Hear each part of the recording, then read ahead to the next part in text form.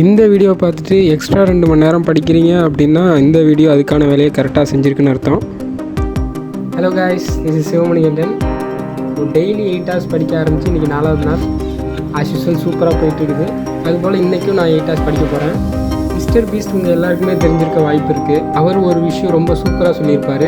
அதுக்கு முன்னாடி mister Beast உங்களுக்கு ரொம்ப பிடிக்கும் அப்படின்னா சேனலை சப்ஸ்கிரைப் பண்ணிக்கோங்க. அப்படிலாம் சொல்ல வைக்காதீங்க, சப்ஸ்கிரைப் பண்ணிக்கோங்க. உங்கள் மைண்ட் வாய்ஸ் எனக்கு கேட்குது கைஸ். ஓகே, படிக்க ஸ்டார்ட் பண்ணலாம். நாங்கள் வீடியோக்குள்ளே போகலாம்.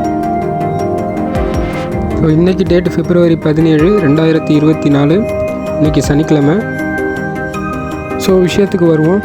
மிஸ்டர் பீஸ்ட் உங்கள் எல்லாருக்குமே தெரியும். அவர் ஒரு மிகப்பெரிய யூடியூபர். 300-400 மில்லியன் சப்ஸ்கிரைபர்ஸ் வச்சுருக்கிறாரு. 4-5 சேனல் வச்சுருக்கிறாரு. அவருக்கும் படிக்கிறதுக்கு என்ன சம்மந்தம் அப்படின்னு நீங்கள் நினைக்கலாம்.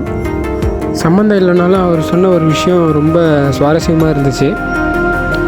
அவர்கிட்ட ஒரு இன்டர்வியூவில் ஒரு கேள்வி கேட்பாங்க. என்னென்னா, நீங்கள் இவ்வளோ பெரிய ஆளாகியிருக்கீங்க, உங்கள் எக்ஸ்பீரியன்ஸ்லேருந்து புதுசாக யூடியூப் சேனல் தொடங்குறவங்களுக்கு என்ன சொல்லணும்னு நினைக்கிறீங்க அப்படின்னு கேட்பாங்க. அவர் என்ன சொல்லுவார் அப்படின்னா, உங்களோட முதல் வீடியோ ரொம்ப மோசமாக இருக்கும், அதை யாருமே பார்க்கவே மாட்டாங்க. ஆனால் அதை நினச்சி நீங்கள் கஷ்டப்படவே கூடாது. விடாமல் 100 வீடியோ போடுங்க, அந்த 100 வீடியோவுமே ரொம்ப மோசமாக தான் இருக்கும்.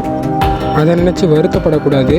ஒரு வீடியோவிலேருந்து புது புது விஷயத்தை நீங்கள் கற்றுக்கிட்டு அடுத்தடுத்த வீடியோவில் புதுசாக நீங்கள் சேர்க்கணும் அப்படின்னு சொல்லுவார்.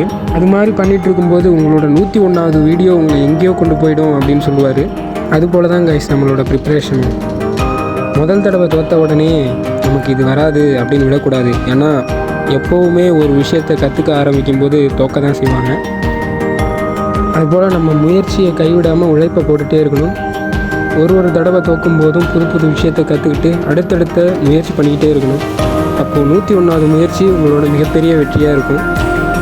ஸோ அவ்வளோதான் கைஸ். கதை நல்லா இருந்துச்சுல்ல? ஓகே, கதை கேட்டது போதும். நீங்களும் போய் படிங்க கைஸ்.